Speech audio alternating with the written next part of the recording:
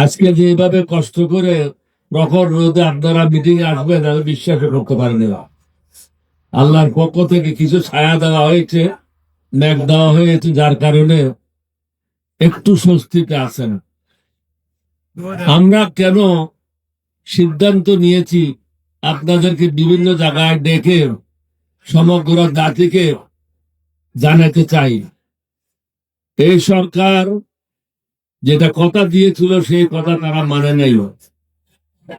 ইতিমধ্যে তারা প্রমাণ করেছে, প্রত্যেকটা জেলায় জেলা পরিষদের প্রশাসক নিয়োগ করেছে তাদের দলীয় লোকজনকে, যেটা একটা বাকশালের নমুনা। আমরা কি চেয়েছি? আমরা তো কোনো গাড়ি চাই নাই, বাড়ি চাই নাই, কোনো টাকা পয়সা চাই নাই, ব্যাংকের মালিক হতে চাই নাই। আমরা চেয়েছি যারা বিচারপতি হবেন তারা একটা স্ক্রুটনির মাধ্যমে, একটা কমিটির মাধ্যমে, পরীক্ষার মাধ্যমে তাদেরকে বিচারপতি করা হবে। তারা কোনো দলীয় সেবাদার হবে না। আমি আমার নিজের কথাই বলি, আমার এলাকায় আমাকে গালি দিয়েছিল, তার জন্য আমরা একটা আইডি অ্যাক্টের অধীনে মামলা করেছি ঢাকা কোর্টে। এটা শুনানি করেছে, 4 দিন রেখেছে। 4 দিন রাখার পরে বললো যে মামলাটা নিতে পারলাম না, অর্থাৎ মন্ত্রী মানা করে দিয়েছে বা কেউ মানা করে দিয়েছে।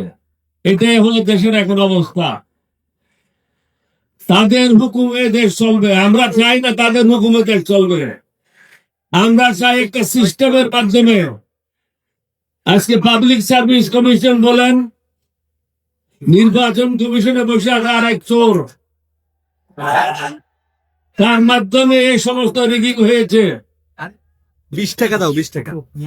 নির্বাচন কমিশন বলেন, 20 টাকা, 20 টাকা দাও তো। দুদক বলেন, দুদক অত্যন্ত একটা ভালো লোক ছিল ডক্টর মুবিন, তাকে এবং তার সঙ্গীদেরকে বিদায় করে দেওয়া হয়েছে। অর্থাৎ কোন সৎ লোককে তারা কোন পদে রাখবে না। তারা চায় তাদের যারা গুণগান করে, তাদের কথা অনুযায়ী চলে, দুর্নীতি করতে পারবে, চাঁদাবাজি করতে পারবে, তাদেরকে মনোনয়ন দেবে, তাদেরকে পদায়ন করবে। আমরা চাই একটা নিয়ম নীতির মাধ্যমে দেশ চলুক। এটা জামাতের কথায় চলবে না, বাংলাদেশ খেলাফত মজলিসের কথায় চলবে না, এলডিপির কথায় চলবে না, বিএনপির কথায় চলবে না। জনগণ যেটা ঠিক করে দেবে সেই আইনের মাধ্যমে চলবে। তারা যতদিন পর্যন্ত সংস্কার বাস্তবায়ন শেষ না করেন ততদিন পর্যন্ত আমাদের রাস্তায় যে সংগ্রাম আমরা শুরু করেছি এটা অব্যাহত থাকবে। এটা শুধু অব্যাহত থাকবে না, এটা তীব্র থেকে তীব্রতা ধারণ করবে। আমাদের 11 দলীয় জোটের ছেলেদেরকে চট্টগ্রামে কিভাবে নির্যাতিত করেছে আপনারা দেখেছেন, ঢাকা বিশ্ববিদ্যালয়ে কিভাবে করেছেন দেখেছেন। বিদেশের সেবা দাসে হয়ে দেশকে একটা অশান্তির দিকে নেওয়ার চেষ্টা করছে। আমরা কিন্তু সেটা এলাও করব না।